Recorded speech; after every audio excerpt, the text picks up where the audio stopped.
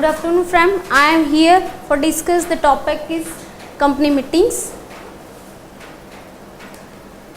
The topics that we discuss is first one is meetings, definition of meetings. Second one is time and place of holding meetings. Second one is purpose of holding meetings, and next one is business transacted as the meetings.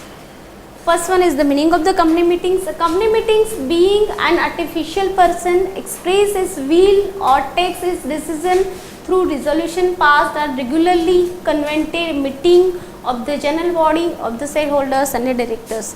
As we know that the company is the basic formation of shareholders and board of directors. In the meeting, the board of directors decides and take decision about the day-to-day transaction for the business occurring at the company. And company is an artificial person. Sometimes company have to take decision for the transaction out of the business also, and the company has the right to be sued and to sue. So the meetings is the very important for the company. And next one is the board of directors has the powers, and they have powers to make decision, and through meetings they decides the transaction related decisions. Next one, company meetings. The Company Act 1956 provides the shareholders a forum which they can use to appoint directors as well as auditors of their own choice, who may safeguard them from the possible manipulation. It means in the meetings the shareholders can vote for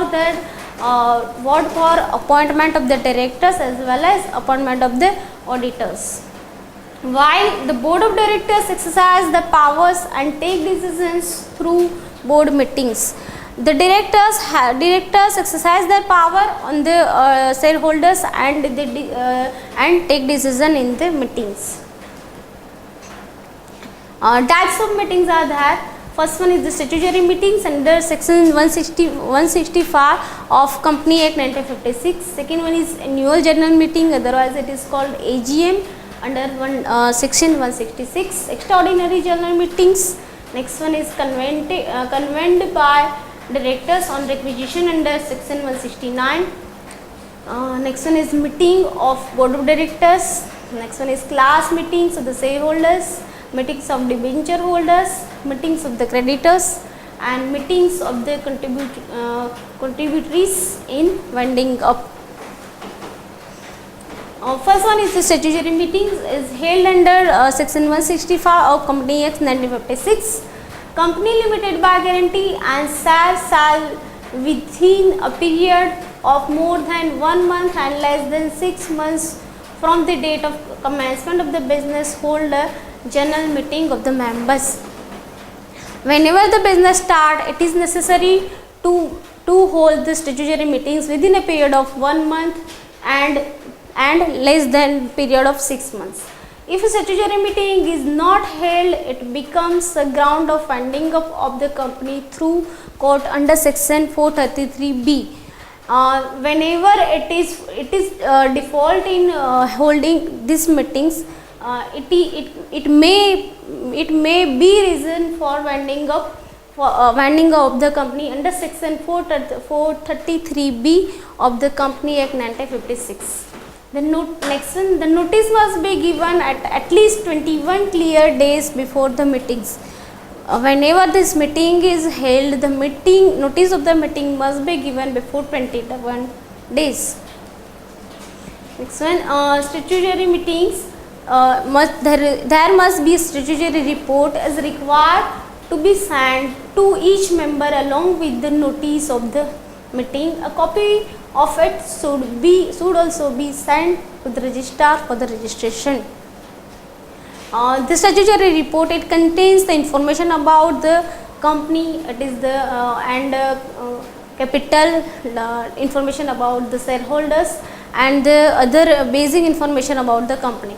And each and every member who each and every member who invest in the company have right to know about the company. So whenever the company is giving notice, at the time statutory report must be given to the each and every shareholders, and a copy of that statutory report must be given to the registrar. Whenever the company has registered under the registrar, it is the compulsory clause that the statutory report must be sent to the registrar. Next one, if default is made in complying with any required of section, fine is 5,000. It means if the company have not sent statutory report to the registrar and to the shareholders at the time, it may be fined with rupees 5,000. Next one, no statutory meetings are required in some companies. Whenever first one, it is the private company, statutory meetings is no required. Second one, a public company not having share capital, at the time statutory meeting is not required. A public company liability of its members unlimited, no statutory meetings. A public company limited by guarantee and not having share capital, no statutory meetings. And a government company. Next one is very important, it is annual general meeting. The word itself says it is annual and general meeting. It held annually once, and it is the general meeting. In these meetings, every shareholders and every board of directors are present annually. Annual general meeting, every company whether public or private having a share capital or not, limited or unlimited, must hold an annual general meeting. The first AGM within 18 months from the date of incorporation. It means what? Whenever it is first commencement of the business, the first AGM must be held within 18 months. There must be some provisions under section 210 or under Companies Act 1956. It provides that there must be one meeting held in one calendar years is equal to from 1st April to 31st March, and the gap between two AGM must be more than 15 months. Whenever it is the second time, the gap between the two AGM must be more than 15 months. Third one, meeting must be held not later than 6 months from the close of the financial year. The registrar of the company is empowered to grant extension of time for special reasons up to a maximum period of 3 months. Also, a proxy form must be attached to the notice on which it must be specifically mentioned that a member entitled to vote is entitled to appoint proxy, or proxy need not be member of the company. A proxy as a member that is allowed by the shareholders. Whenever shareholder may absent in the meetings, at the time they can give a right to be present. It is called as a proxy, and the proxy has given right to vote and right to decide the transfer of the shares. Next one, a shorter notice may be held valid if consent is accorded to by all the members entitled to vote at the meetings.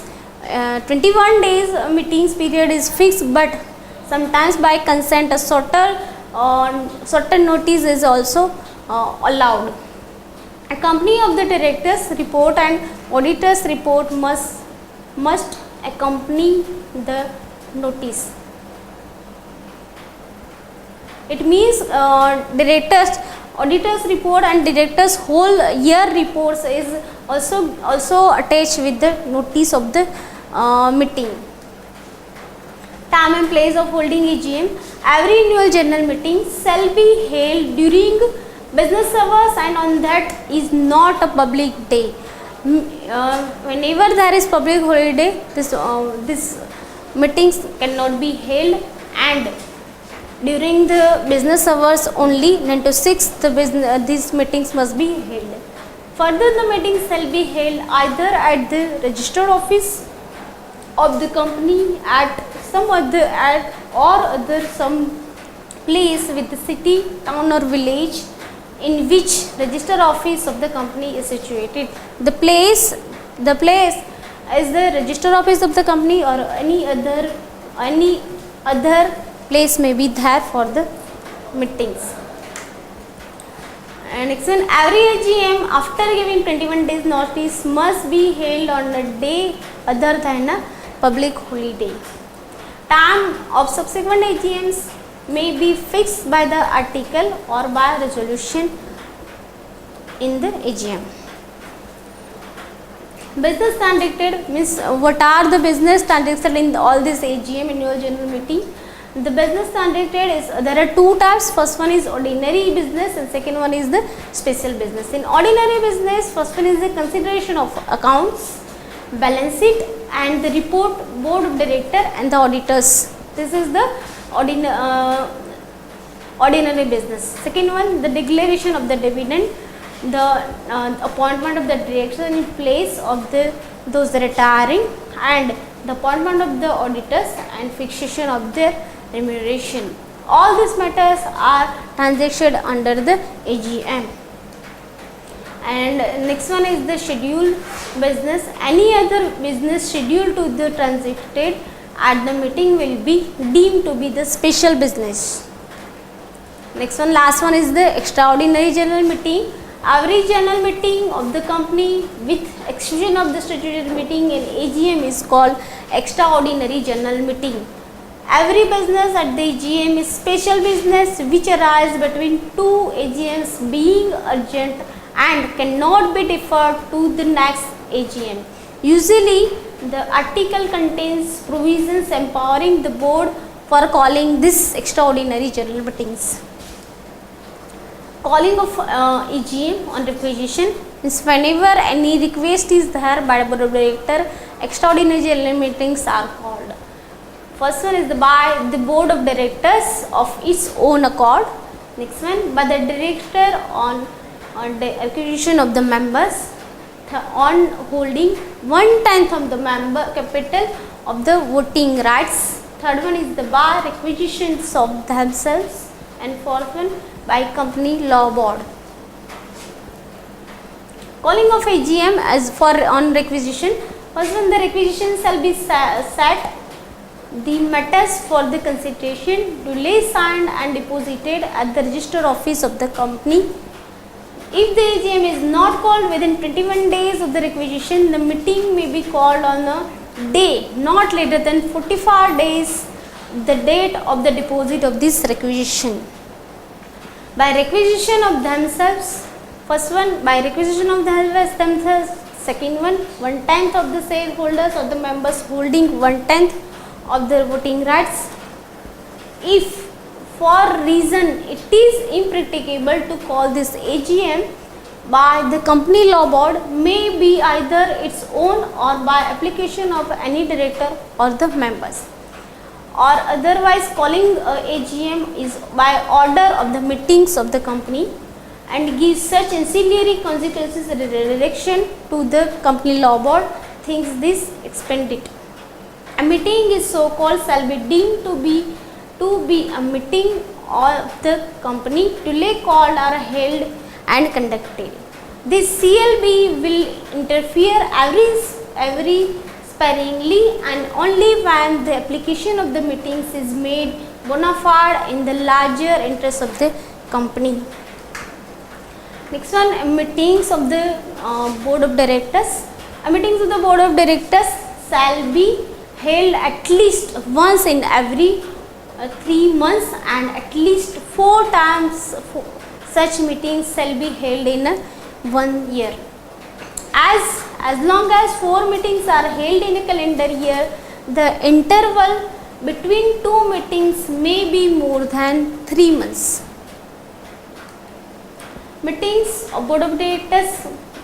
Listed companies are required to hold at least 4 board meetings in a year with a maximum time gap of the 4 months between two meetings. Notice of every meetings of the board shall be given in writing to every directors for the time being in India and at his usual address in India to every director. So, failure would make official in default punishable with the fine exceeding up to ₹1,000. The notice must contain the time and place of the meetings. There is no provisions for minimum days for giving notice. It is generally prescribed by the articles. If the notice of the meeting is not given to even one director, the meeting and any resolution passed threat would be invalid. Notice of the adjournment meeting should be given to the directors who did not attend the original meeting. Next one, for sine die adjournment and to transact new business, a fresh notice would be given. For sine die means whenever there is any director, there is a death of any director, and at that time new director is appointed and some transaction are made under this accordance. At that time the fresh notice must be required for this. The meeting of the director may be held at any time and any place convenient to the director outside the business hours and even the public holiday unless article provides otherwise. Next one, good practice demands that the agenda containing business to be transacted is circulated preferably along with the notice at least a week before the date of meeting. Thank you. This is for the meetings.